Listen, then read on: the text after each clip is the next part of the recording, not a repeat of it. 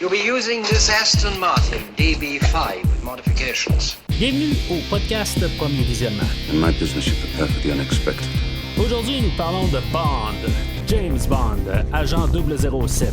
Just a drink. A martini, shaken not stirred. This never happened to the other fellow. Petite mise en garde avant de commencer. Si vous n'avez pas vu le film discuté aujourd'hui, je vais le spoiler complètement. Beg your pardon? Forgot to knock. And meanwhile, how do you kill 5 hours? Bonne écoute. I've gotten the bitch. Down there. Bienvenue à Fort Knox.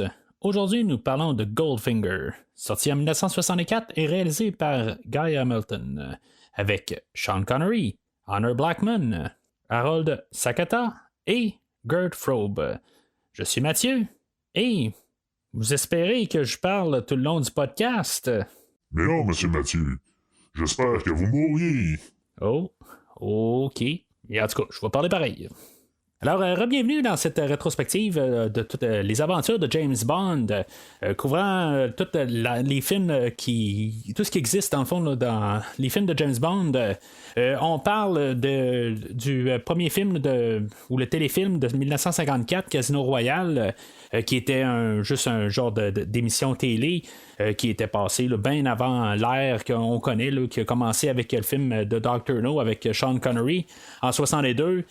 Puis on va se rendre au nouveau film qui devrait peut-être éventuellement sortir. Pour l'instant, au moment que j'enregistre, on parle de octobre 2021, mais en tout cas, c'est tout le temps des choses qui peuvent changer au courant de la rétrospective. On est présentement rendu à l'épisode 004 Goldfinger de 1964. Si maintenant vous voulez voir toute la rétrospective, dans le fond, qu'est-ce que les 28 films que je vais couvrir tout au long de la rétrospective, rendez-vous sur premiervisionnement.com. Tous les films que je vais couvrir, ils sont là. Il y a des films non officiels, mais ils sont tous écrits, toute la rétrospective est là, puis tous les épisodes qui sont déjà disponibles sont affichés dans la bonne couleur, puis ce qui n'est pas disponible, un genre d'un autre teint très drabe. Fait que ça, c'est la manière de distinguer qu'est-ce qui est disponible ou pas. Mais vous pouvez voir quand même là, sur premiervisionnement.com qu'est-ce qui est disponible en ce moment, puis toute la rétrospective. Terrence Young, qui avait réalisé les deux premiers films, étant Dr. No et Bon baiser de Russie. J'inclus pas le film de 1954. Ça, c'est pour toute la podcast et la rétrospective. Quand je parle de premier film, je vais toujours parler de Dr. No. C'est juste une question de la rétrospective. Quand je veux ajouter le film de 54, c'est juste pour embellir le tout puis faire la chose complète. Mais si je parle de premier film, j'inclus pas le film de 54. C'est juste pour distinguer les deux choses. Il avait réalisé, c'est ça, les deux premiers films, puis il demandait un petit peu plus d'argent, bien sûr. Puis ça a l'air qu'on ne voulait pas y donner, mais en même temps, il n'y a pas juste ça. Il n'était pas vraiment intéressé de revenir par rapport qu'il avait pas mal tout trouvé, qu'est-ce qu'il y avait à dire. Il n'y avait plus d'autres choses à dire comme réalisateur. Il va revenir un peu plus tard. On va en reparler la semaine prochaine quand on va parler d'Opération Tonnerre. Mais à ce point-là dans le temps, lui, il voulait faire autre chose que juste faire des James Bond. Alors, on va approcher Guy Hamilton ou Guy Hamilton. On peut garder ça en québécois. Guy, lui, c'était il avait déjà été approché pour faire Dr. No, mais ça n'avait pas donné. Puis, c'est ça, on avait été avec Terrence Young. Que je pense que la croissance des choses ont fait que c'est merveilleux de même. Aujourd'hui, on va avoir un film là, qui va être un petit peu plus linéaire. Il va avoir un petit peu moins ça va marcher un peu pour tout le monde. Ça va être un petit peu moins de confusion en fait d'histoire. C'est pas mal plus simpliste. Puis si on avait ça comme premier film, peut-être que les suivants, là, ça aurait été un petit peu plus compliqué pour continuer à succéder là, à Dr. No. Si on aurait eu un film là, un peu trop simple, puis compliquer les choses par la suite, ça aurait peut-être été un petit peu un mauvais move. Là, ça c'est pas négatif ou positif là, la manière que j'apporte ça. Là. Mais je pense que c'était le temps pour la série qu'elle soit vraiment plus joignable, qu'elle va pouvoir rejoindre plus de personnes. Peut-être que c'est ça, c'est plus simpliste comme histoire et beaucoup plus léger que je pense que c'était le temps d'avoir peut-être une autre vision pour le film de Goldfinger. Le film d'aujourd'hui va probablement être le film le plus influençable ou le plus influençant sur toute la franchise. Dans le fond, c'est à partir de ce film-là où on va comme aller rechercher là, des choses dans ce film-là. C'est pas qu'on va pas avoir des choses originales dans les prochaines semaines, mais c'est vraiment juste comme la formule. James Bond va avoir pas mal été créé là, parfaitement aujourd'hui. Pierce Brosnan, qui va reprendre le rôle plusieurs années plus tard, va dire que c'est le film qu'il a vu en premier lorsqu'il a quitté l'Irlande. Donc, peut-être un de ces films là, qui l'a plus influencé. Ce qui est pour Sean Connery, qui fait encore James Bond, lui, comme acteur, pouvait commencer à se trouver des rôles propres. Il était moins dans le second plan, puis là, il avait sa renommée avec le titre ou le personnage de James Bond. Commençait à pouvoir être approché là, pour d'autres rôles. C'est sûr que là, il a pu travailler pour Hitchcock, puis tout ça, je veux dire, il commençait à avoir une renommée comme acteur. Mais en même temps, il devait commencer à dire non aussi à certains rôles qui pouvaient l'intéresser parce qu'il devait filmer Goldfinger. En tout cas, ça, on va en reparler là, dans les prochaines semaines, les retombées de ça.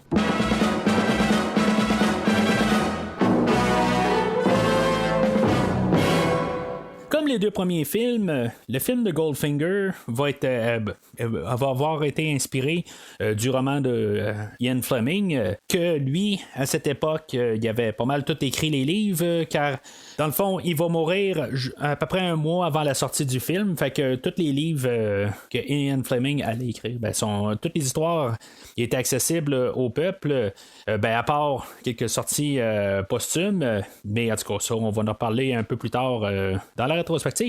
Contrairement aux deux premiers livres, l'histoire de Goldfinger va suivre un certain guide. Là, il va y avoir juste quelques points qui vont être apportés. On va avoir quand même un job là-dedans. On va avoir Pussy Galore. On va avoir, bien sûr, Goldfinger. On va avoir la femme peinturée en or. Des affaires qui vont être utilisées dans le livre, mais pas exactement pareilles. On va l'avoir juste utilisé comme idée de fond, mais on va l'avoir adapté quand même d'une manière différente. C'est pas totalement différent, mais il y a, comme j'ai dit, il y a des éléments qui apparaissent dans le livre. Puis amplement beaucoup d'affaires. C'est juste qu'il y a des nuances comme Tilly Masterton. Dans le livre, c'est Masterton, puis dans le livre, dans le film, c'est Masterson. Il y a des petites nuances à même. C'est des sœurs aussi. Là. Il y en a une qui se fait recouvrir de peinture, puis elle meurt de là. C'est pas exactement pareil. Dans le fond, on le voit pas là, dans le livre. C'est fait comme juste par la suite des choses. L'histoire d'amour entre Bond et Pussy Galore, c'est juste dans les dernières pages quasiment. C'est vraiment pas comme genre à partir là, du dernier quart, dernier tiers. C'est vraiment comme un peu repoussé par la suite. Le personnage de Tilly, elle tient pas mal tout le long du film. Est tuée juste quasiment à la toute fin. Par Hot Job aussi, mais c'est vraiment là, dans les derniers chapitres où tout ça passe. Il y a des grosses lignes. La grosse idée, elle reste là. Fort Knox aussi, c'est comme le point qu'on doit se rendre aussi. C'est comme l'opération Grand Slam qui vient du livre. Mais le plan de radioactivité vient du film. C'était pas le plan initial. C'est ce que dans le film, qu'est-ce qu'on va voir, qu'est-ce que James Bond dit de se sauver avec l'or. C'est plus ça qui se passe dans le livre, ou plutôt c'est ça le plan. Mais c'est toutes des petites affaires de même qu'on a gardé du livre. Fait que ça reste essentiellement un peu la même affaire, t'sais. Mais on voit qu'on commence à prendre plus de liberté aujourd'hui. Puisqu'on fait vraiment une distinction là, avec les deux univers. Le James Bond des livres reste en guillemets plus terre à terre. Puis dans le film de Goldfinger, on part vraiment là, dans le genre de quasiment le super-héros dans ce qu'on va parler aujourd'hui. Là. C'est vraiment là, quelque chose là, qui commence à être un peu pas mal détaché de la réalité. Peut-être la chose qui va distinguer plus le livre du film, en fait, d'idée de base, c'est que le personnage de Goldfinger va être lié avec Smersh, qui était comme dans les livres, il y a tout le temps il y a Smersh puis il y a Spectre qui arrive un peu par la suite. Que Spectre qui va avoir été repris pour les films. Puis Smersh, à part quelques fois qu'on va en nommer au courant de la franchise, je veux dire, n'existe pas vraiment là, dans l'univers de film. Fait que. Puis le personnage de Goldfinger, c'est ça dans le film d'aujourd'hui, il reste plus juste un bandit par lui tout seul. Il n'y a pas d'affiliation avec le restant du monde ou quelque chose d'autre, une autre organisation. Tandis que dans la version du livre, il est quand même connecté là, avec les livres précédents.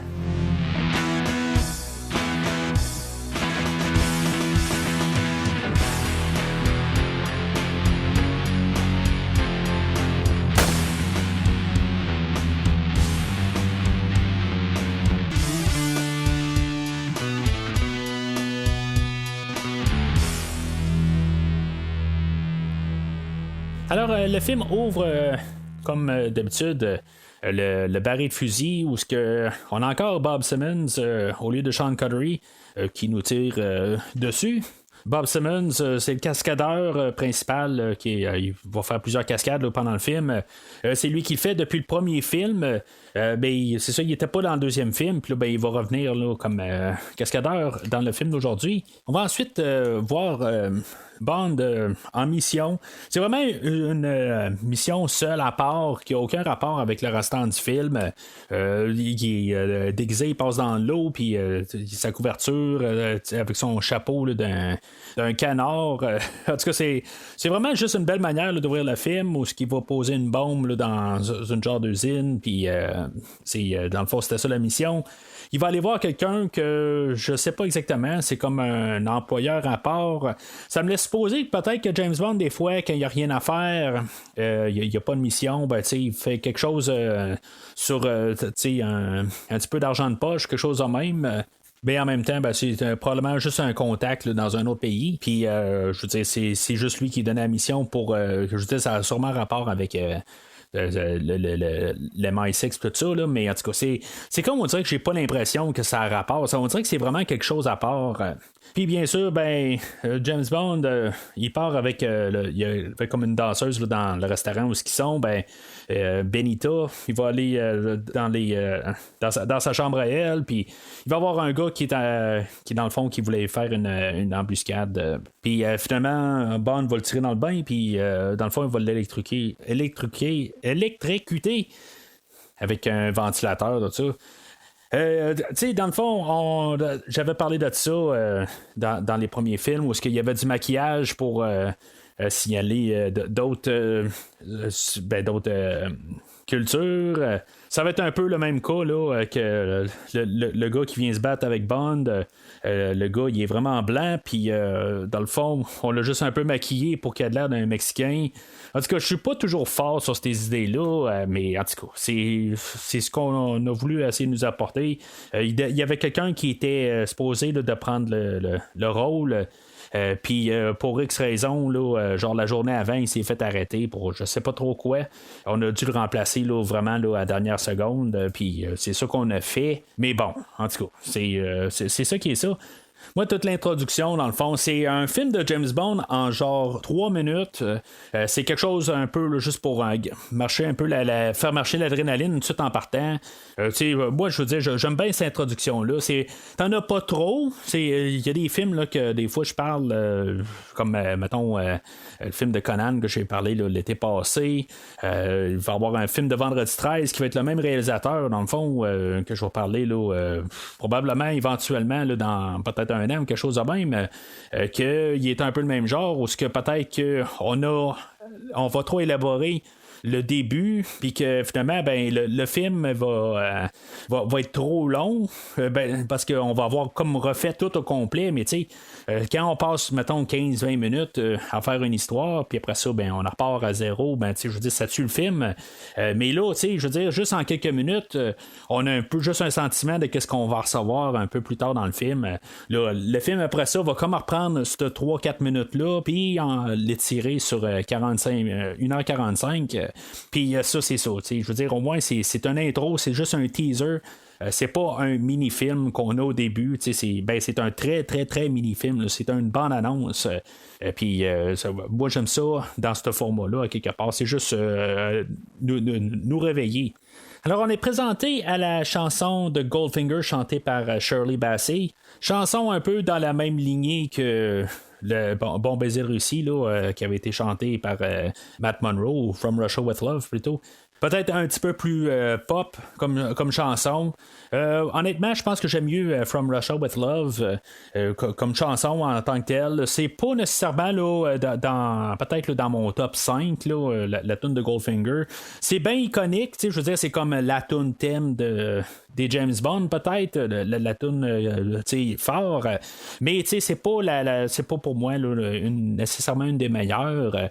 Je la déteste pas, mais c'est pas nécessairement là, la première tune que je vais écouter là, quand je vais voir écouter là, une tune thème de James Bond. Par contre, ce que je peux dire, c'est que Madame Bassey, elle chante vraiment, puis je veux dire, elle a du talent. Je l'ai vu live à peu près 40 ans après ce film-là.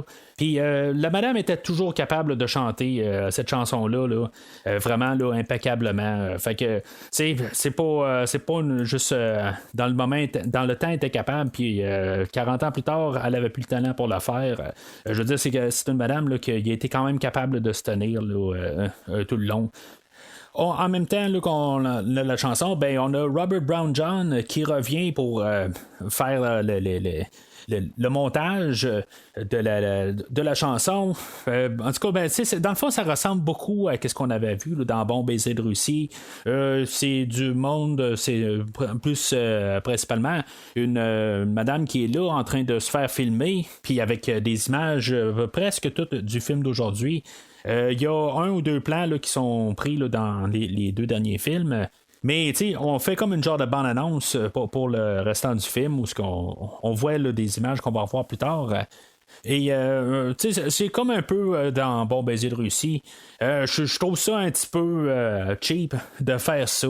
Dans Dr. No, c'était encore de loin là, supérieur à ce qu'on a aujourd'hui. C'était peut-être un petit peu mieux fait, là, mieux filmé là, pour le film d'aujourd'hui comparé à Bon baiser de Russie, mais honnêtement, je veux dire, le début, là, je peux préférer là, de loin écouter la tune thème de James Bond jouer là, avec les carreaux puis tout ce qu'on voit apparaître.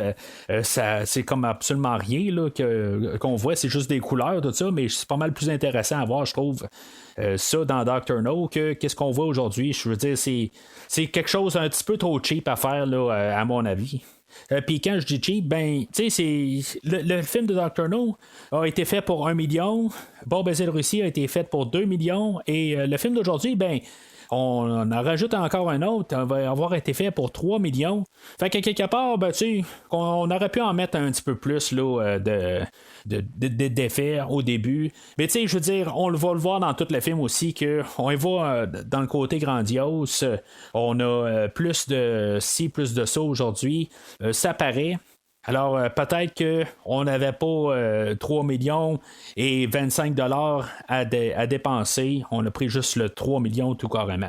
Alors, on rejoint Bond à Miami, où on va avoir une introduction à Felix Leiter. Felix Leiter qui est un personnage qu'on avait vu là, dans Dr. No, qui n'avait pas rapport dans Dr. No quand on a regardé les livres, mais en tout cas, on a ramené le personnage un peu comme dans Dr. No, où il apparaît pas dans le livre, il apparaît pas plus dans le livre de Goldfinger, mais je pense que c'est une question de garder un peu des bases.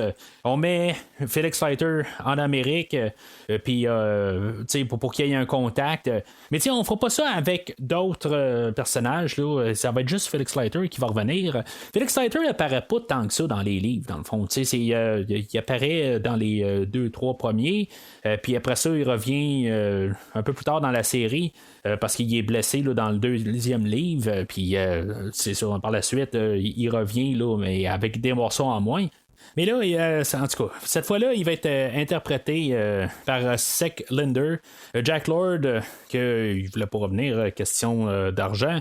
Puis en même temps, je crois qu'il voulait avoir aussi un rôle beaucoup, beaucoup plus important dans les suites. Fait que tout ça là, rentrait plus en conflit, où ce qu'on voulait plus se concentrer sur James Bond. Ben c'est ça. Fait que lui est pas revenu. Là, on a Sek Linder pour cette semaine.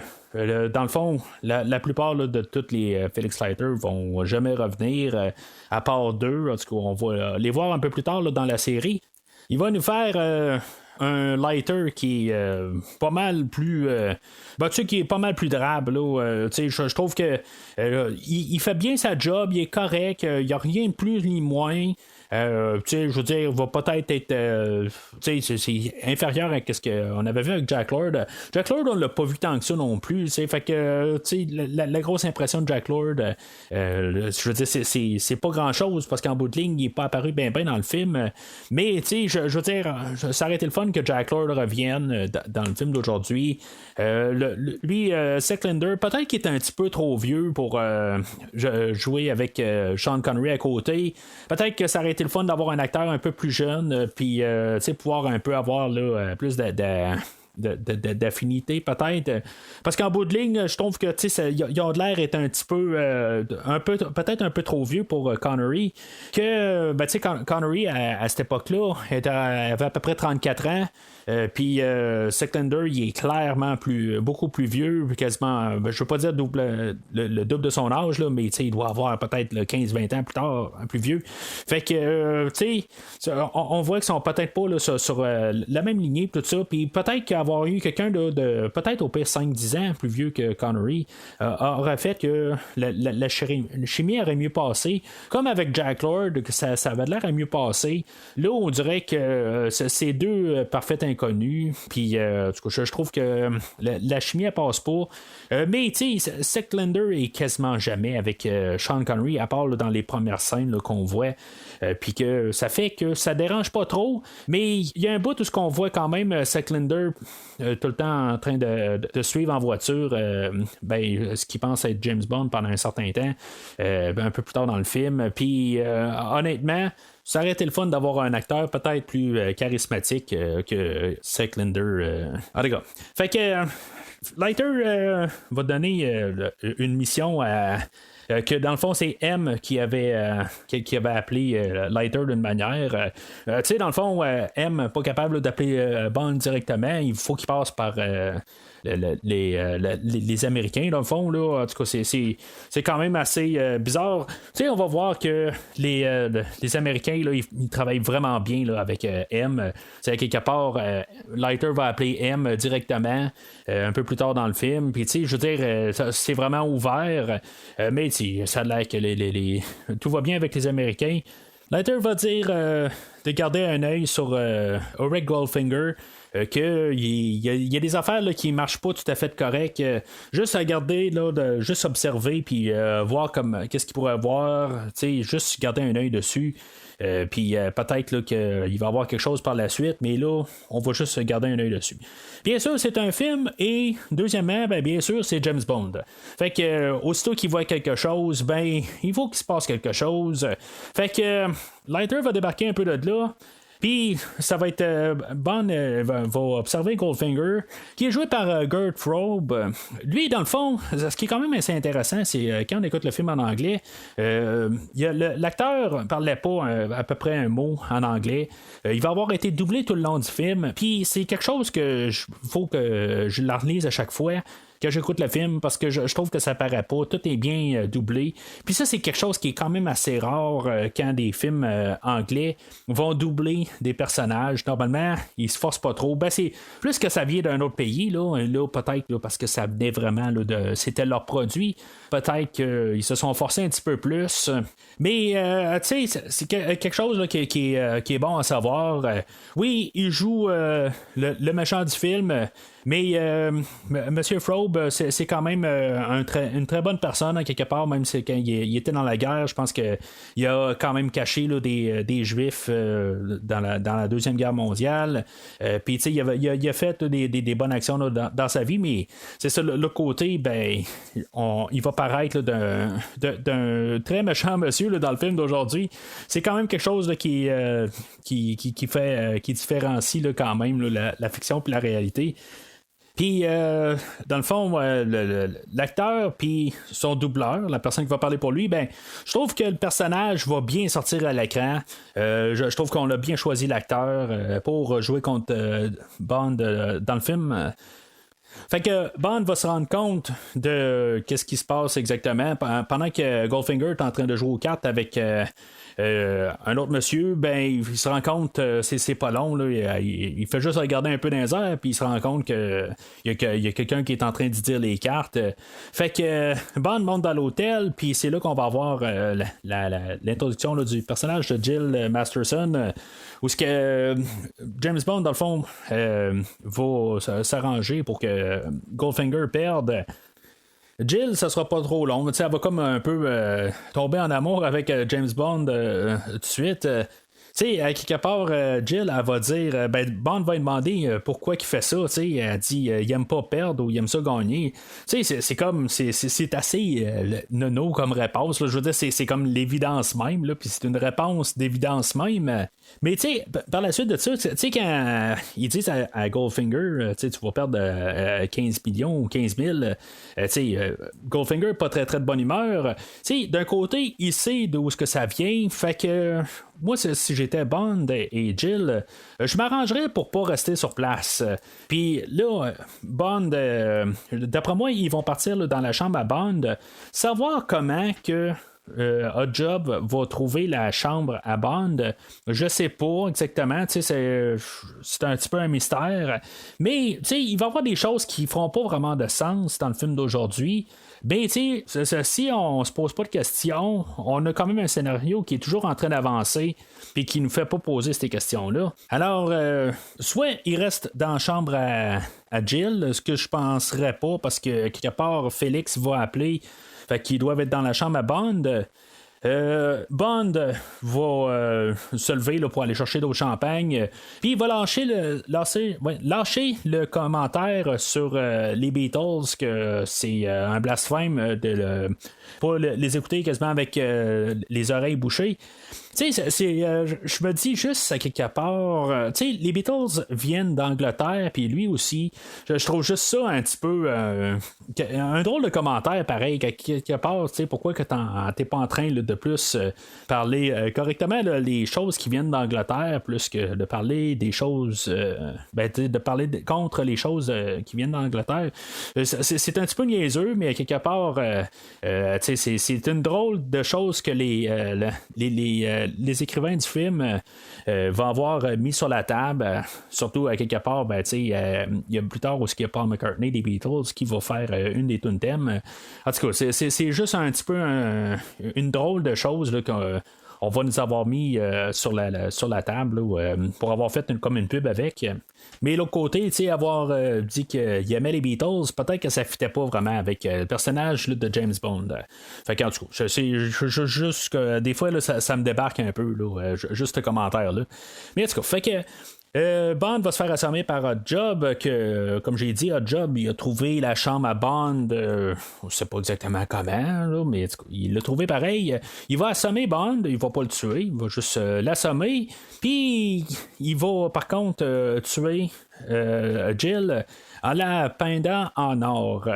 Fait que chose qui est pas mal qui a été prouvé que tu peux pas mourir parce que ta peau ne respire pas. On respire par la bouche, on respire pas par la peau, mais en tout cas. Fait que tu peux être malade peut-être ou des affaires de même, là, tu peux te faire intoxiquer peut-être par la peinture ou des affaires de même, là, mais je veux dire mourir parce que la peau respire pas, ça a comme pas de rapport. Hein.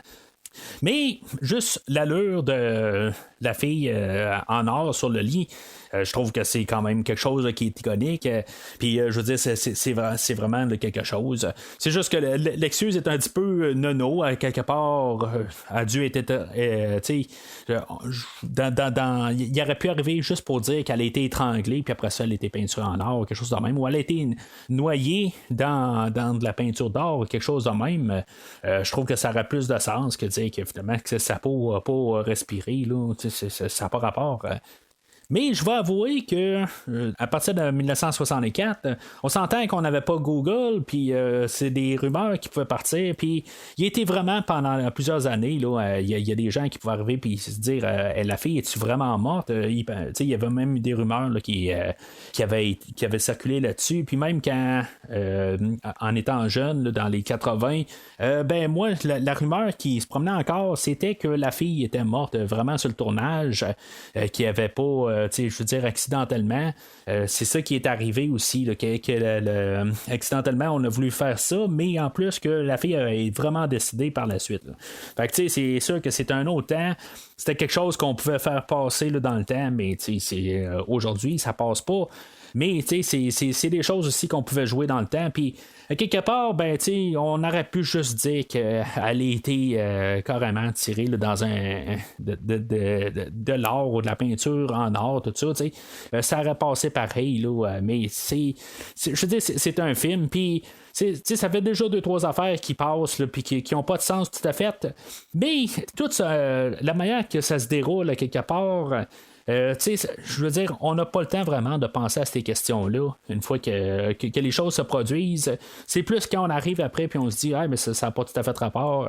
Mais c'est ça. Mis à part là, aujourd'hui, là, quand on arrive avec le fait là, que la peau n'a pas respiré, ça marche pas tout à fait. Alors, on va se ramasser au bureau de M, puis Bond va avoir quand même la mission là, de suivre Goldfinger, puis il va savoir un peu pourquoi il devait juste l'observer là, sur place parce qu'il était là. Mais aussi, il va dire que ça sera pas une mission de vengeance, mais quelque part, ben, on sait bien que ça va virer un petit peu en genre de vengeance, mais en tout cas, ça va venir quand même juste rajouter là, à la mission à James Bond. On va avoir quand même un souper avec un expert sur l'or, puis ils vont nous expliquer que l'or, on peut la refaire fondre, puis on peut faire d'autres formes avec, tout ça. Dans le fond, c'est un métal, là, dans mon livre à moi, ça veut dire, la plupart de tous le métal, on peut le refaire ou quelque chose de même, on peut le faire fondre. Mais l'or est plus maniable là, à quelque part, puis on est capable de plus faire de choses avec. Fait que on voulait quand même nous passer là, ce commentaire-là pour qu'on puisse avoir de suite un peu plus tard quand on va apprendre que Goldfinger il est en train de tout remanier son or, il est en train de changer de forme et tout ça. Fait que on voulait nous garder des bases de même. On va peut-être exagérer un peu, mais c'est ça un peu qu'on voulait quand même nous passer comme idée. La mission à Bond va être de savoir comment que Goldfinger réussit à transporter son or d'un pays à l'autre, parce qu'à quelque part, il y a de l'or, mais il vend dans d'autres pays, puis après ça, ben, il revient, puis il recrée d'autres or, tout ça, puis cet or-là est perdu à quelque part, puis quelque part, ben, il aimerait ça savoir où ce qu'elle vient, tout ça, puis là, ils suspectent que Goldfinger fait de la fraude, puis ils veulent dans le fond essayer là, de le coincer quelque part. Fait que la mission à Bond, c'est de savoir comment il réussit à se promener son or sans que les gens s'en rendent compte là, entre les pays. Alors, pour commencer, Bond va aller jouer une partie de golf avec Goldfinger. Là-dedans, ben, on va avoir aussi l'introduction là, de Odd Job proprement. On s'en rend compte là, que c'était Odd Job là, qui avait assommé Bond plus tôt. Puis je crois que Bond il s'en rend compte. C'est pas trop sûr exactement là, si il a reconnu que c'était lui. Mais Bond va s'arranger là, juste un petit peu pour narguer Goldfinger. dans tout ça. Goldfinger, il reconnaît James Bond là-dedans. Même à quelque part, pendant qu'ils sont en train de jouer, Goldfinger va arriver et va dire si tu viens, pourquoi exactement là, on sait bien que tu n'es pas venu jouer au golf, mais quelque part, Bond va avoir sa réponse avec un des lingots d'or qu'il s'est fait donner pour pouvoir dans sa mission, dans le fond, qu'il peut utiliser. Mais en bout de ligne, je pense qu'il voulait dire c'est à quoi qu'il voulait là, par la suite la dernière fois qu'ils se sont croisés.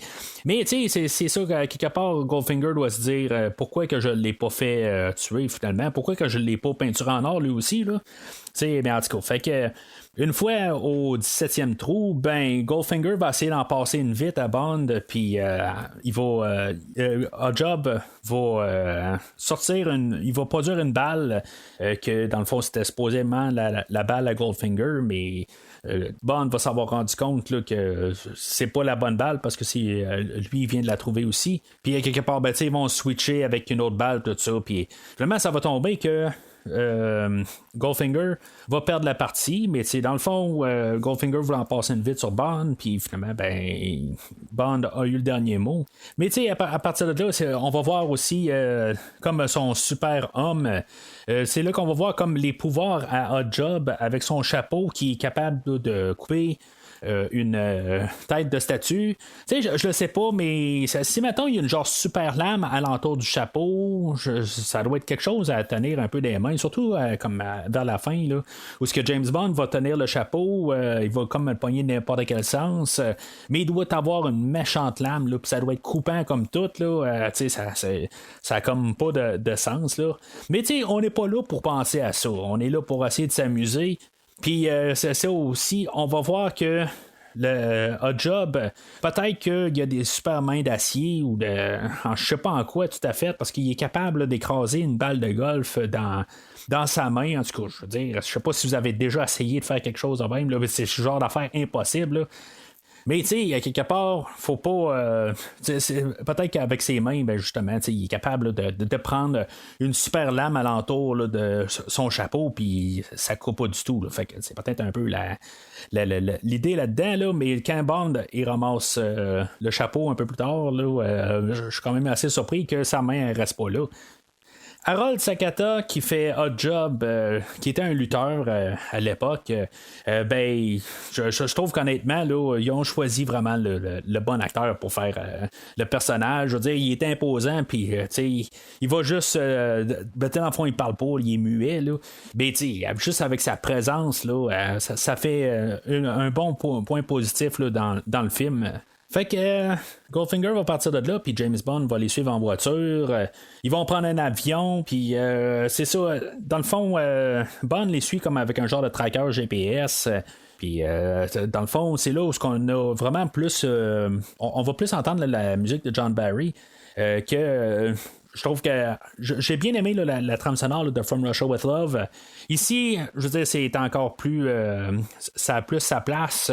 On va avoir plus des mélodies. Là. On va, dans le fond, en faire le thème de Goldfinger, puis on va comme toute la remixer là, tout au travers là, de la trame sonore. En général, ça va être une meilleure trame sonore que Bon baiser de Russie.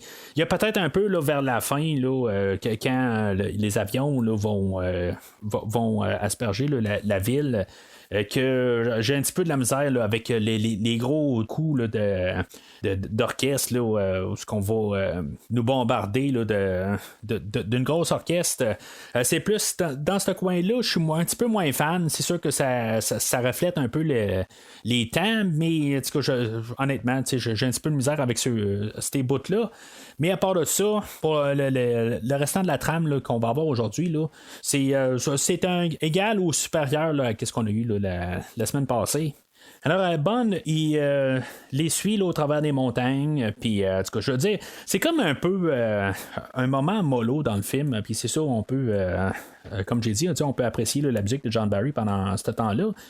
Il y a une voiture qui suit Bond, puis que finalement on pense qu'elle est là pour tuer Bond, mais finalement c'est ça, on va apprendre que c'est la sœur à Jill Masterson qu'on avait vu un peu plus tôt, que c'est qui est là pour tuer Goldfinger. Mais tu sais, à quelque part, il y a un plan où James Bond regarde Goldfinger de très haut là, dans la montagne, puis Tilly est placée encore plus haut. Tu sais, à quelque part, elle va essayer de tirer Goldfinger, puis elle va manquer son coup, puis elle va manquer de tirer James Bond. Tu sais, à quelque part, je sais pas exactement où ce qu'ils vont essayer, là, parce que Bond va la rattraper, puis elle va faire comme si de rien n'était, mais tu sais, il n'y aura pas de nuance là-dedans. Je ne sais pas si c'est l'actrice qui sait pas comment dire ses lignes, mais un peu la relation qu'elle va avoir avec James Bond, c'est quelques lignes, là, puis c'est 2 scènes. Mais je suis certain qu'il y aurait une manière de montrer que Bond, c'était pas la cible. T'sais, elle va faire comme quand James Bond va comme briser ses tailleurs avec sa voiture, un des gadgets qu'il y a dessus. Elle va faire comme si de rien n'était, puis comme si elle savait pas c'était qui. Mais à quelque part, elle a manqué le tirer. Peut-être qu'elle l'a pas vu. Là, on pourrait se dire ça. Peut-être, je veux dire, juste le coup s'est pas rendu, puis ça l'a frappé à côté. Mais il était un petit peu clair à quelque part que on dirait qu'il y a quelque chose qui était pas. Qu'il n'y a pas de lien à quelque part, puis tu sais, c'est vraiment, là, je vais mettre ça sur le dos de l'actrice à quelque part, qu'il y aurait, ou peut-être même le réalisateur, il aurait dû dire, là, fait une genre de nuance un peu pour nous donner un soupçon qu'il y a quelque chose qui marche pas. Pas qu'elle aurait dû dire je m'excuse, je devais tirer plus bas, tu sais, mais à quelque part, elle a vraiment manqué le tirer. Puis il est clair que James Bond la poursuivait ou l'empêchait de passer, puis la narguait quelque part sur la route. Il y avait une raison, puis là, tu sais, elle agit comme voyons, t'es donc ben con de m'empêcher de passer ou quelque chose de même. Tu sais, c'est elle qui a manqué le tuer, là, tu sais, quelque part, il devait se passer quelque chose, là. Mais l'autre côté, c'est ça. Elle ne pouvait pas arriver et dire excuse-moi, je voulais tuer l'autre qui était un petit peu plus loin. C'est sûr qu'elle ne pouvait pas arriver et dire ça. Fait que Bond va laisser Tilly à un garage, puis il va se ramasser là, à les entreprises Ulrich Goldfinger, puis il va vouloir aller investiguer le soir. Pendant qu'il est en train de se promener sur place, on va voir Monsieur Ling, puis on va entendre Goldfinger parler là, de l'opération Grand Slam qui va s'en venir. Puis Bond, va voir qu'il est en train de faire fondre sa Rolls-Royce qui se promenait avec, là, et puis dans le fond, c'est comme ça qu'il promenait son or. Fait que Bond, il en revient de bord pour pouvoir confirmer là, que sa mission est complète, puis c'est ça qui se passe. Quand finalement Tilly arrive, puis tu sais, c'est comme un coup gauche de James Bond, quelque part, où ce que James Bond va embarquer pour empêcher Tilly de tirer du fusil, mais à quelque part, il y a une alarme qui va être déclenchée. Puis c'est ça, finalement, ça va amener à la mort à Tilly, qui va être tué par Oddjob. C'est comme un peu pour rajouter un peu de profondeur, tout ça, mais ça prend genre 2 scènes plus loin. On avait eu le personnage 5 minutes avant, puis là, tout d'un coup, elle se fait tuer. Ça rajoute un peu de sombrité dans le film, mais en tout cas, ça. Je sais pas, il manquait quelque chose peut-être là, avec le personnage. Dans le livre, il y a vraiment un peu plus là, d'histoire avec le personnage. Peut-être que ça aurait été un petit peu plus mieux de l'avoir un peu plus tard dans le film. Peut-être qu'elle devienne la fille du film, puis en tout cas, on ferait d'autres choses avec Pussy Galore, ou en tout cas, peut-être qu'elle aurait pu mourir un peu plus tard, comme dans le livre, là, je sais pas exactement. Mais je trouve qu'il manque un petit peu de quelque chose là, sur le personnage. Peut-être qu'on n'aurait même pas dû l'avoir. Mais dans tout ça, c'est là où on va avoir la scène pour la Aston Martin. Bond s'était fait donner un peu plus tôt par Desmond Llewellyn, le major Boothroyd, qui le personnage revient pour la 3e fois, mais c'est plus dans le film d'aujourd'hui là, que vraiment il va faire sa marque. Il va nous montrer là, c'est quoi la Aston Martin. La Aston Martin, elle avait apparu là, dans le livre de Goldfinger, c'était une DB3, puis là, on a la DB5. On nous avait montré toutes les affaires que la voiture elle pouvait faire pour plus tard, quand on arrive à exécuter là, tous les gadgets qu'elle a, qu'on se dise, voyons, ça n'a pas. Qu'une raison pourquoi que ça peut arriver. Je sais pas si on était obligé de tout nous montrer les gadgets, peut-être nous en montrer un ou deux. Tu sais, le toit éjectable, le banc éjectable, puis le toit qui part. Peut-être qu'on aurait pu nous le montrer, puis on aurait pu nous dire qu'il y a telle autre affaire. Peut-être pas tout au complet, puis nous garder un peu des surprises là-dedans. Je pense que ça aurait été la meilleure affaire à faire. Mais je pense que c'était important, surtout à l'époque, là, un peu de nous dire qu'est-ce qu'elle peut faire la voiture. Puis pas arriver dans le nulle part, peut-être qu'on aurait plus pensé, là, c'est n'importe quoi. Même si peut-être techniquement c'est n'importe quoi, mais en tout cas, il paraît que sur la voiture, il y avait encore d'autres choses là, que la voiture elle pouvait faire, comme des choses qui sortent par le bumper, en avant, en arrière, des choses qui étaient qu'on pouvait voir si, mettons, on achetait la petite voiture de la DB5 comme jouet, elle apparaissait sur le jouet. Ça, je le dis ça parce que quand j'étais jeune, je l'avais, cette voiture-là. Et malheureusement, je ne l'ai plus.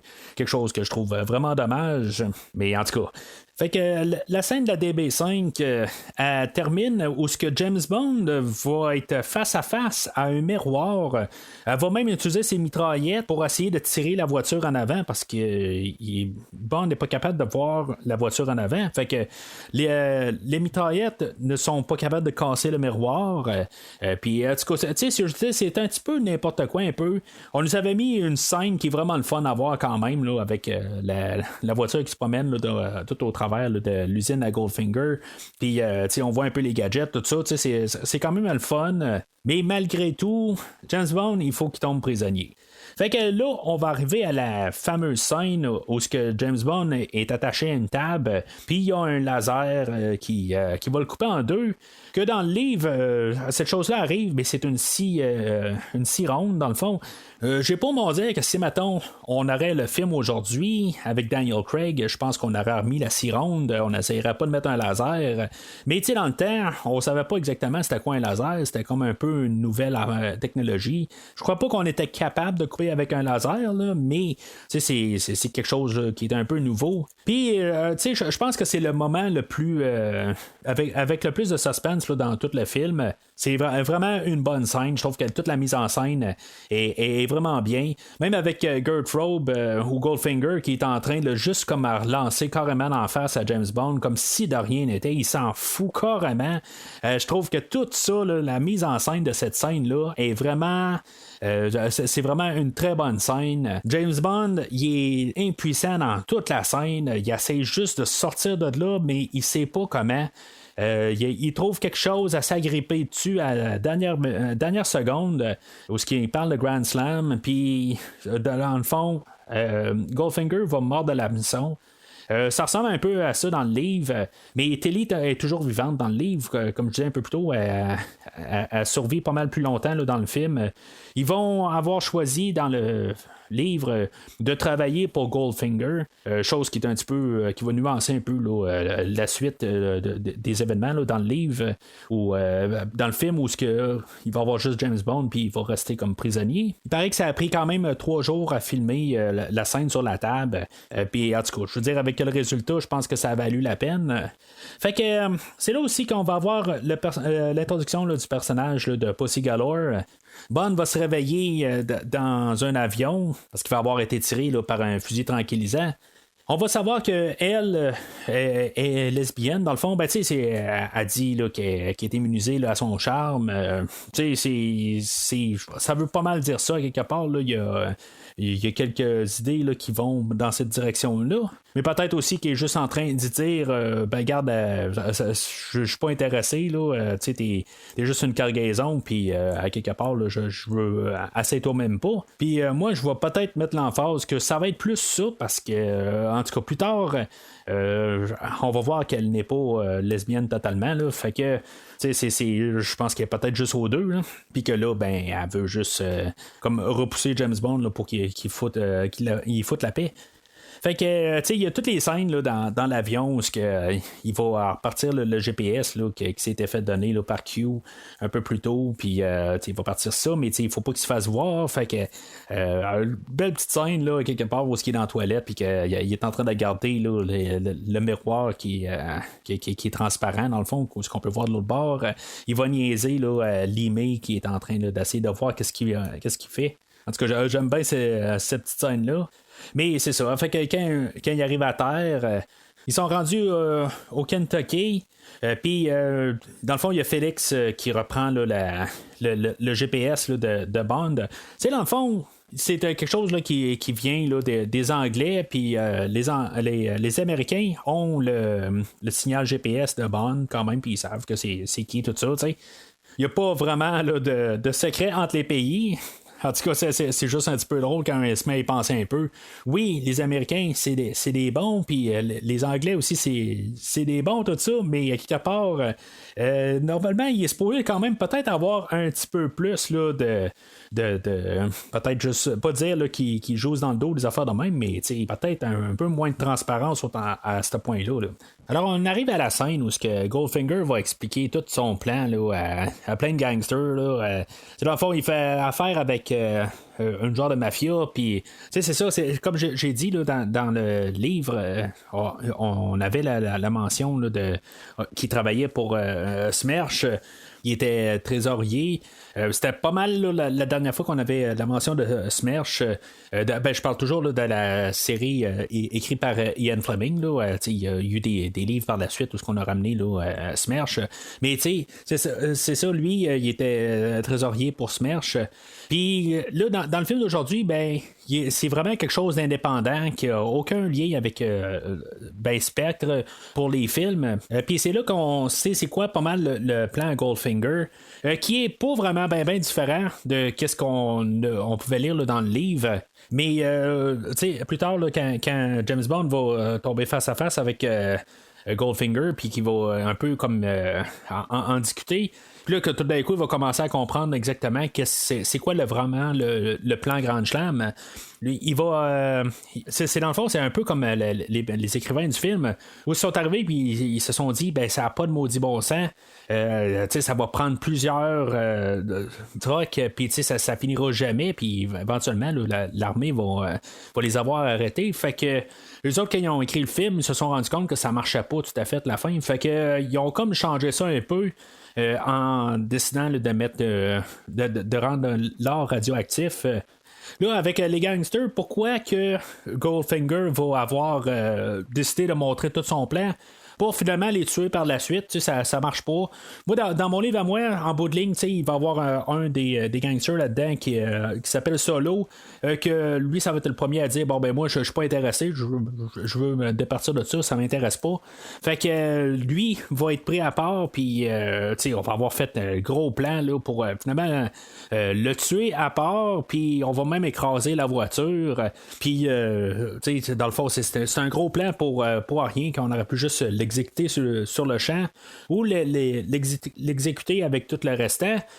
Moi, je vais plus arriver avec l'idée que c'est Goldfinger, quelque part, il voulait travailler avec eux autres, puis quelque part, après en avoir tué un, il s'est dit comme, en bout de ligne, on va tous les tuer, hein, là, je viens de me faire 1 million, puis au 10, plutôt, qu'est-ce qu'il aurait pu avoir par la suite, puis là, il s'est dit, tant qu'à ça, on va tout aller chercher, c'est un peu, là, il est comme devenu sarf un peu, là, mais en tout cas. C'était vraiment là, pour nous expliquer un peu c'est quoi le plan un peu là, où est-ce qu'on veut s'en aller là, avec le film là, pour le dernier acte. C'est sûr que le personnage de Solo qui se faisait tuer là, par Job, puis que la voiture se faisait aller dans le compacteur, ben c'était aussi pour comme nous donner une chance pour nous dire que le message de ce qui allait se passer allait se rendre à Félix parce que lui, dans le fond, il a mis une note puis il a mis son GPS après puis il s'est dit peut-être que ça va se rendre à Félix, mais finalement, ben c'est ça, Solo se fait tuer puis le message ne rend pas. Ce qui est quand même assez drôle là-dedans, c'est que quand on regarde que le film est fait en 1964, Bond va arriver puis il va dire hey, je commence à comprendre, si mettons tu rends l'or radioactif, ça va être radioactif pour les 57 prochaines années. Ben, tu sais, quand on fait le calcul, le 57 plus 64 plus 57 années, ben ça l'amène comme pas mal en 2021. Ce qui est quand même un peu juste drôle là, en train de couvrir la franchise en 2021. Puis tu te dis que ok, Goldfinger va dire non, c'est 58 ans, là, j'ai fait le calcul. Mais tu sais, peu importe, on se dirait que si mettons Goldfinger aurait réussi son plan, ben ça serait juste cette année que l'or elle serait il pourrait reprendre cet or-là. C'est vraiment juste comme une drôle de coïncidence. Alors, Pussy, elle a punché, puis elle est plus en service ou quelque chose de même.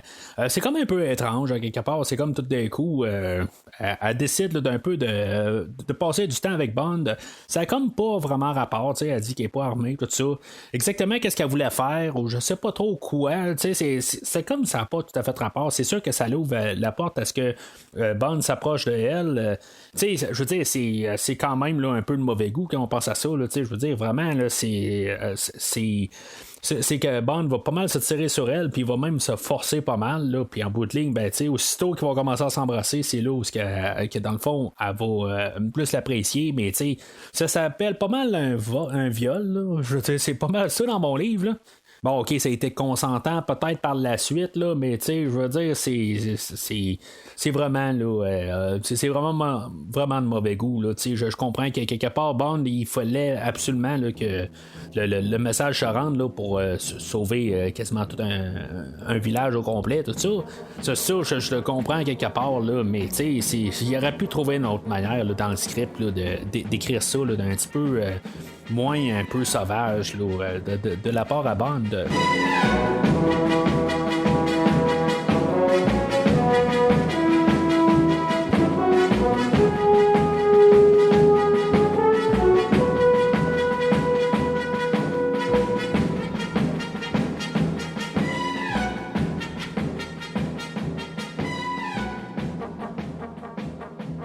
Alors, l'opération Grand Slam est en route.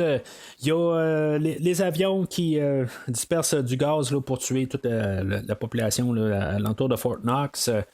Comme j'ai dit plus tôt, c'est rare que je vais parler contre la musique de John Barry, mais dans ces scènes-là, là, elle me casse les oreilles. Je trouve que c'est un petit peu trop. Là, c'est pour faire un peu grandiose, mais honnêtement, là, ça me gosse pas mal là, dans ces scènes-là.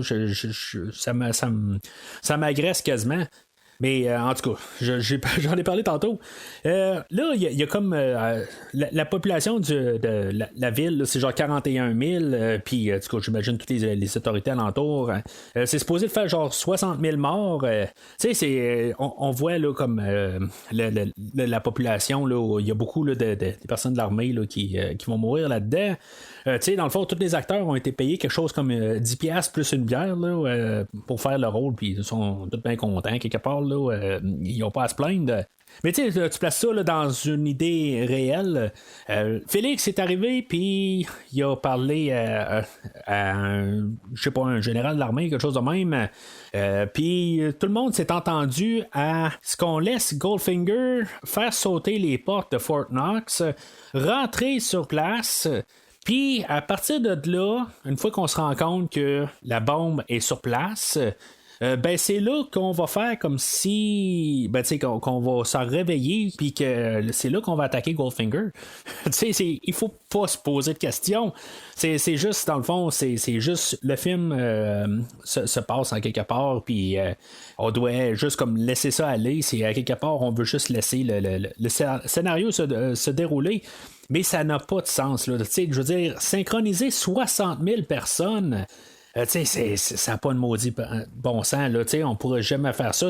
Essayer de synchroniser 10 personnes, c'est déjà c'est un exploit en soi. En synchroniser 60 000, ça n'a pas de sens. Mais je comprends que d'un point de vue histoire, on se dit, il y a vraiment tout se déroule, qu'est-ce qui va se passer par la suite? Là? Fait que Goldfinger et son équipe, c'est ça, ils réussissent à se rendre à Fort Knox. Ils vont utiliser leur laser pour couper la porte. Puis c'est ça, on a Monsieur Ling qu'on avait vu un peu plus tôt, c'est lui qui il est comme l'expert là, en bombe, puis c'est lui qui va armer la bombe. Bond, il va être attaché à la bombe, puis ça va être ça son dans le fond là, l'opération est terminée, fait qu'on va on peut s'en débarrasser. On aurait pu le tuer avant là, je veux dire il faut pas tout à fait se poser de questions encore là-dessus, parce que quelque part on s'entend que depuis un bout ils ont plus besoin de James Bond. Puis rendu là même la journée avant, pourquoi qu'ils l'ont pas tué, ça n'a pas de sens là. Aussitôt que Bond et Goldfinger se parlent dans le James Bond comprend c'est quoi le plan. Bond, il n'y a aucun moyen là, de pouvoir le dire. Il aurait pu le tuer là. Je veux dire, c'est juste une affaire qui est comme oubliée là, par la suite. Là, une fois que Bond a fait comme une entente avec qui a réussi à attraper l'oreille à Goldfinger pour le laisser en vie, mais je veux dire, ça n'a pas de sens de l'avoir laissé en vie. Une fois que Goldfinger s'est rendu compte qu'il savait pas que Bond ne savait pas c'était quoi vraiment l'opération Grand Slam. Fait qu'une fois que l'armée commence à attaquer, on va fermer les coffres-forts de Fort Knox, puis il va rester le personnage de Kish avec Odd Job qui vont être enfermés avec Bond.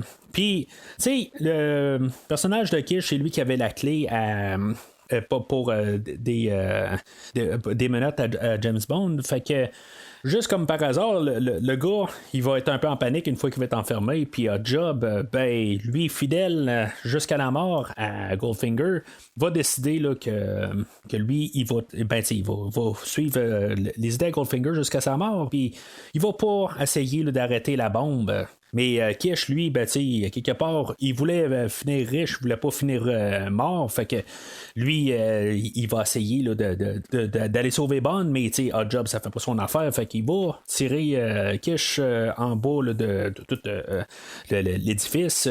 Puis qu'il va être juste à côté de Bond, puis Bond va pouvoir se détacher. Mais c'est donc bien un bon hasard. Fait qu'on va voir Bond versus Odd Job. Puis, je veux dire, Bond attaquerait un mur ou un tank, ça ferait à peu près la même affaire. Odd Job, il n'y a absolument rien qui peut le toucher. Là, c'est à se demander qu'est-ce que Odd Job veut faire avec James Bond, parce que en bout de ligne, Bond, il fait juste Odd Job fait juste tirer Bond un peu partout dans la salle. Il essaie pas de l'étrangler, casser le cou, n'importe quoi, il casse pas le bras. Il fait juste comme le tirer un peu partout. Bond, de toute façon, à chaque fois qu'il essaie de frapper Odd Job, ça fait absolument rien. Là. Fait que, Odd Job s'amuse. Peut-être que si, mettons, là, il resterait 30 secondes à la bombe, peut-être que lui, il s'aurait mis à l'étrangler. En tout cas, moi, c'est comme ça que je vois ça. Mais finalement, Bond a réussi à venir à bout d'Odd Job à cause de son fameux chapeau, puis a réussi à rendre son chapeau au travers les barreaux de métal, puis Odd Job essaie d'attraper son chapeau, puis Bond va électrocuter là, les barres. Fait que c'est une belle manière là, de s'assurer là, que Odd Job est mort, mais dans sa totalité là, c'est un match là, qui est, je trouve qu'il est quand même assez le fun là, à voir. Ça faisait quand même un bout où que Bond il faisait absolument rien en bout de ligne là, il était beaucoup observateur là, depuis la moitié du film. Fait que là au moins qu'il y ait comme un combat final là, avec Odd Job, c'était mérité. Initialement, la bombe devait finir à 3 secondes, mais finalement, on a décidé que ça serait vraiment juste un peu drôle que ça termine à 7 secondes. Ça fait 007. C'est juste quand même assez drôle quand on regarde le compte à rebours quelque part. Ils mettent genre 5 minutes au tout départ, puis c'est à peu près 15 minutes totales, là, ça n'a pas de sens tout à fait.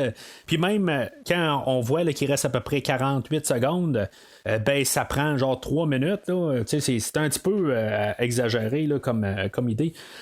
On peut arriver dans l'histoire à essayer d'en passer, mais un compte à rebours qui marche pas, là, je veux dire, on nous montre le temps, puis ça marche pas. Là, je comprends que dans le temps, on n'avait pas on n'est pas dans l'ère du digital là, où ce qu'on pouvait comme séquencer des affaires, mais il y a des limites là, ça a pas c'est vraiment là, dans le champ là, on aurait pu vraiment donner un plus gros compte à rebours au départ, puis juste un peu couper les temps, mais on essaie de monter un peu là, la tension un peu là, puis je veux dire qu'on ait du suspense, c'est ça qu'on veut faire, je peux tout comprendre ça là. Mais je veux dire, c'est complètement ridicule là, quand on regarde juste les événements puis le temps que ça se produit, là, ça n'a pas de sens. Fait qu'entre-temps, le temps qu'on arrête la bombe, puis la fin du film, il y a à peu près 3 minutes et demie. Dans ces 3 minutes et demie-là, c'est là qu'on va avoir la fin finale de Goldfinger. Dans ce temps-là, on va avoir Bond qui embarque dans un avion pour se rendre à la Maison-Blanche. Puis il va être assis là pendant quelques secondes. Après ça, il y a Goldfinger qui va apparaître de nulle part. Pussy, à quelque part, était peut-être avec Goldfinger. C'est pas tout à fait clair. Elle savait qu'il allait avoir Goldfinger à bord. C'est pas tout à fait clair, mais à quelque part, je pense que c'était pas le deal avec Goldfinger n'était pas concluant. À quelque part, je pense qu'elle a essayé de pas tuer la population alentour de Fort Knox. Mais quelque part, je pense que c'est arrangé pour essayer de rester du côté à Goldfinger. Parce que, même un peu plus loin, quand Goldfinger va avoir passé par la fenêtre, elle, la première affaire qu'elle va dire, il est où Goldfinger? C'est quelque part, est-ce qu'elle regrettait là, d'être avec James Bond ou pas? C'est un peu, si on se met à y penser un peu, là, peut-être qu'elle pensait là, pouvoir faire d'autres choses avec Goldfinger par la suite. Là, c'est pas tout à fait clair, mais ça se passe tellement vite. Là, on s'entend qu'il y a 4 minutes de la fin de la bombe jusqu'au générique de fin.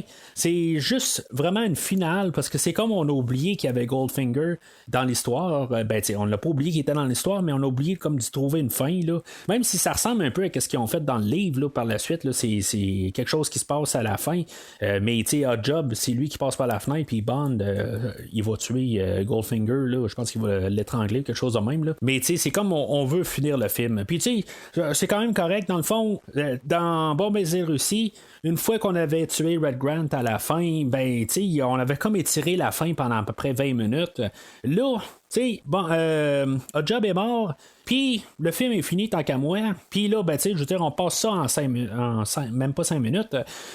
C'est correct, mais c'est peut-être un petit peu trop vite. Là. C'est comme on essaie de corriger un peu la formule du dernier film, mais là, c'est un petit peu trop corrigé. Juste avoir eu quelques petites choses de plus, un peu, ça n'aurait pas été nécessairement une mauvaise affaire. Dans les 3 minutes et demie qui restent aussi, il y a l'avion qui crache. Puis finalement, on voit juste ça dans les radars, puis que finalement, il y a quelque chose qui réussit à sortir de l'avion avant qu'elle explose ou qu'elle crache dans l'eau. Fait que on sait que Bond et Pussy ont survécu à l'avion et que pour finir le film, Pussy, elle va préférer, en tout cas, ça va pas y déranger là, d'être avec un homme là, pour le temps à venir.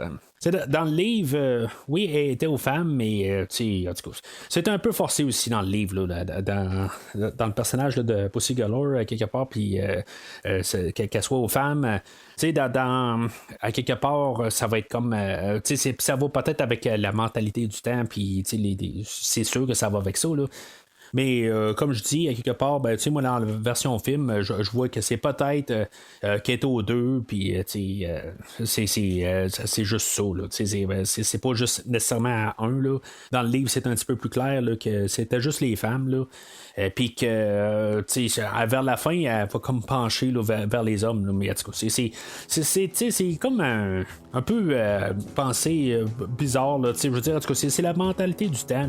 Là. Ça me dérange pas tant que ça. Là. Je suis pas offusqué ben raide, là, comme j'ai l'air à montrer. Mais c'est juste que ça passe vraiment plus aujourd'hui. Là.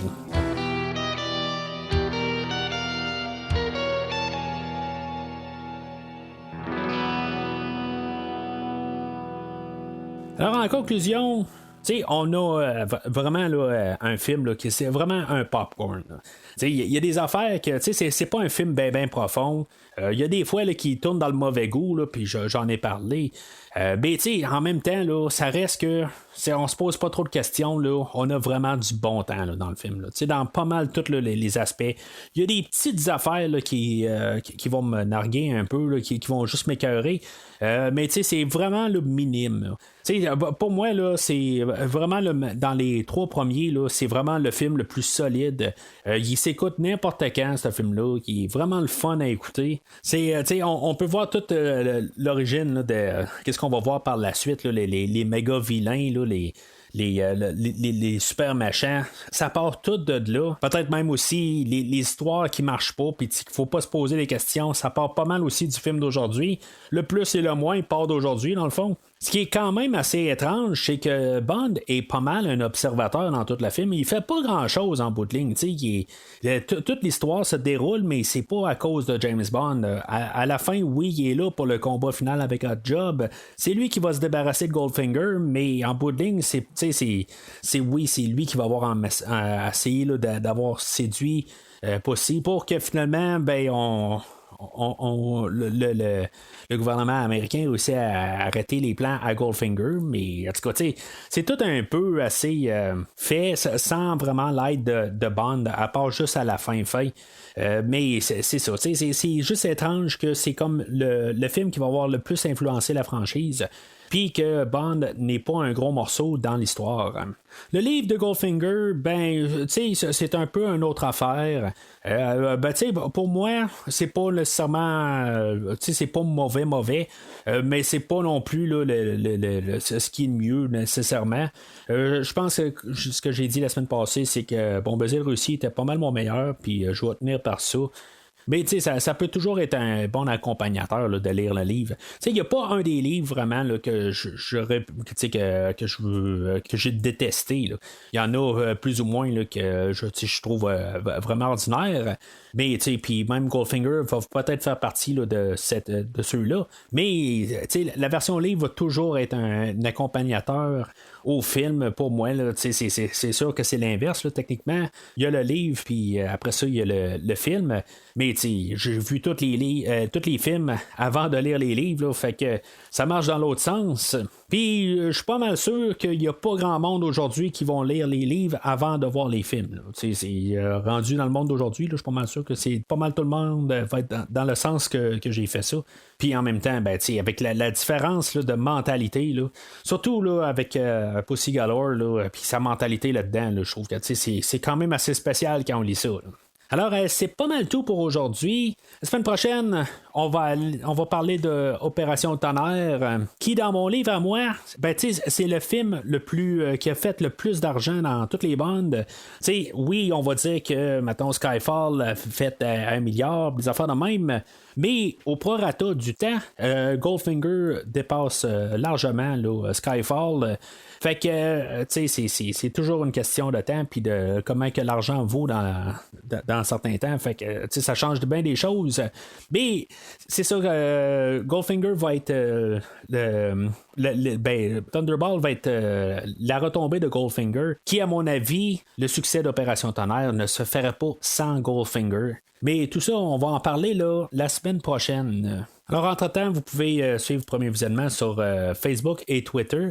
N'hésitez pas à commenter le podcast sur les épisodes là, de James Bond. Donnez vos idées. Si, mettons, c'est le film de Goldfinger, c'est le meilleur, en tout cas dans les 3 premiers. Si vous êtes d'accord avec moi, si, mettons, vous trouvez là, que Sean Connery, il est vraiment pas dedans là, dans le film d'aujourd'hui, n'importe quoi, dans le fond, plus on en parle, plus c'est le fun. Mais d'ici la semaine prochaine, au podcast, j'ai toujours essayé de vous apprendre 2 choses. 1, de jamais les laisser vous voir saigner. Et 2, de toujours avoir un plan d'évacuation. Oh, he blew a fuse. Merci d'avoir écouté l'émission d'aujourd'hui. J'espère que ça vous a plu. We have an old saying too, Yogi, and you're full of it. Rendez-vous la semaine prochaine pour parler James Bond dans le prochain film de la rétrospective. Well, we wouldn't want that, would we? Ou rendez-vous sur premiervisionnement.com pour écouter d'autres rétrospectives dont John Wick, Star Wars, Halloween et les films de l'univers DC incluant Batman, Superman, Wonder Woman et bien d'autres films. That depends on your definition of safe sex. Vous pouvez écouter Premier Visionnement sur toute plateforme de balado-diffusion dont Podbean, Spotify, Google Podcasts, Stitcher, Pocket Casts et bien d'autres. Take a giant step for mankind. Prenez soin de vous et rendez-vous au prochain épisode. Keep my martini cool.